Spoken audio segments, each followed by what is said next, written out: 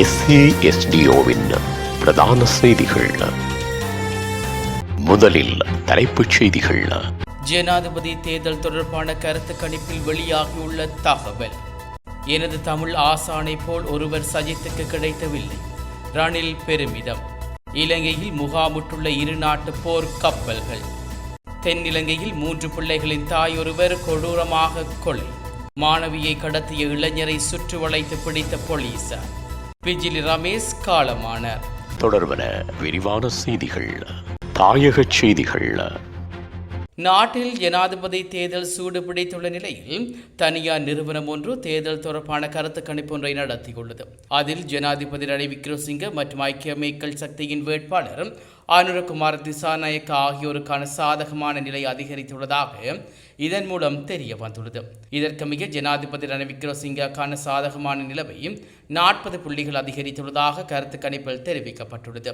தேசிய மக்கள் சக்தியின் ஜனாதிபதி வேட்பாளர் அனுரகுமார திசாநாயக்கான சாதக நிலை ஜூன் மாதத்தில் காணப்பட்டதை விட 29 புள்ளிகள் அதிகரித்துள்ளதாக கூறப்பட்டுள்ளது. மேலும் சயித் பிரேமதாசாவுக்கான சாதக நிலையில் சிறிய மாற்றமே ஏற்பட்டுள்ளது என தெரிய வந்துள்ளது.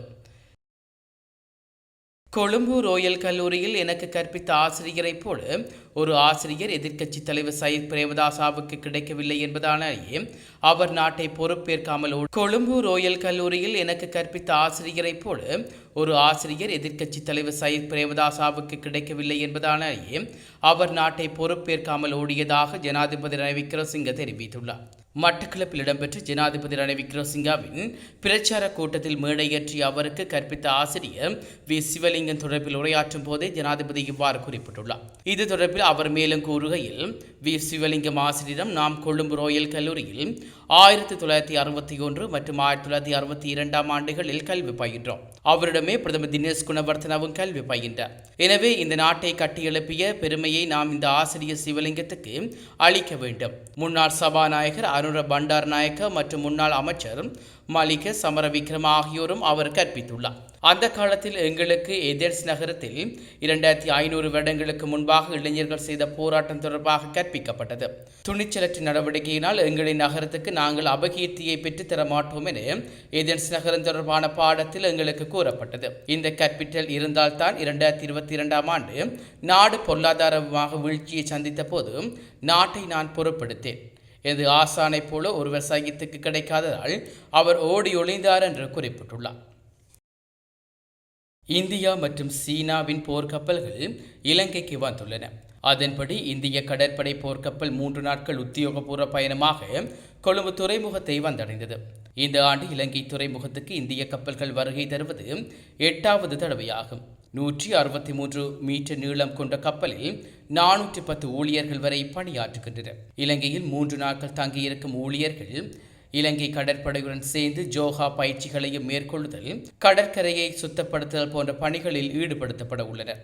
இதேவேளை முன்னதாக சீன கடற்படையுடன் 3 போர்க்கப்பலும் கொழும்பு துறைமுகத்தை வந்தடைந்த நிலையில் அவை அங்கு நங்கூரமிடப்பட்டுள்ளதாக இலங்கை கடற்படையினர் தெரிவித்துள்ளனர். ஹோரணை பிரதேசத்தில் 3 பிள்ளைகளின் தாயொருவர் கொடூரமாக கொலை செய்யப்பட்டுள்ளார். பிரதீபிகா குமாரி என்ற 36 வயதுடைய பெண்ணொருவரே இவ்வாறு கொலை செய்யப்பட்டுள்ளார். 2 குடும்பங்களுக்கு இடையில் ஏற்பட்ட முருகல் நிலை காரணமாக இந்த கொலை சம்பவம் இடம்பெற்றுள்ளதாக போலீசார் தெரிவித்துள்ளனர். அயல் வீட்டில் உள்ள நபரொருவர் தனது சகோதரருடன் பிரதீபிகாவை சந்திப்பதற்காக கத்தியுடன் சென்றுள்ளார். திடீரென பிரதீபிகாவை அவர் கொடூரமாக வெட்டி கொலை செய்துள்ளார். இந்நிலையில் இருவரையும் போலீசார் கைது செய்துள்ள நிலையில் விசாரணைகள் ஆரம்பிக்கப்பட்டுள்ளது. கொலை செய்யப்பட்ட பெண்ணுக்கும் சந்தேக நபருக்கும் இடையில் அடிக்கடி வாக்குவாதம் ஏற்பட்டுள்ளதாக தெரிவிக்கப்படுகிறது. சந்தேக நபரின் மனைவி இன்னொருவருடன் சென்று வாழ்ந்து வரும் நிலையில் அதற்கு கொலை செய்யப்பட்ட பெண் உதவியதாக சந்தேக நபர் குற்றம் சாட்டியுள்ளார். அதற்கு பழிவாங்கும் நோக்கிலேயே குறித்த பெண்ணை கொலை செய்துள்ளதாக தெரிவிக்கப்படுகிறது.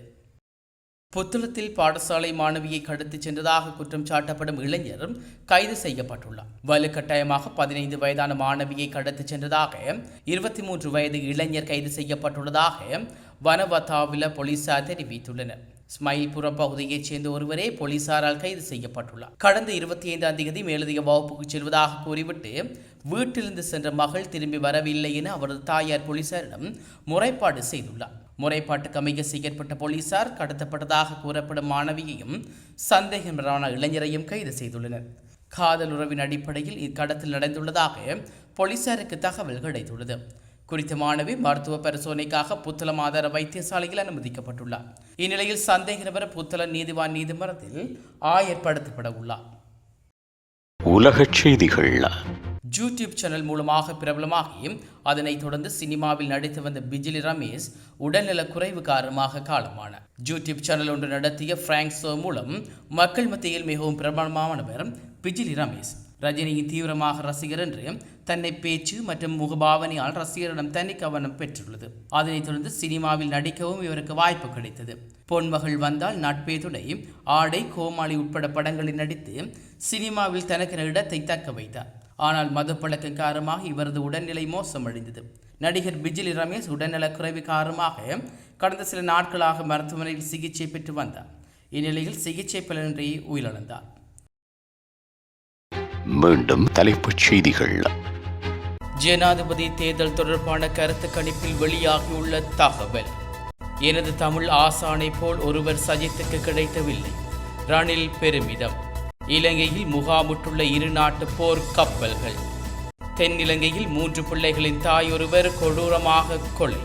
மாணவியை கடத்திய இளைஞரை சுற்றி வளைத்து பிடித்த போலீசார். பிஜிலி ரமேஷ் காலமானார்.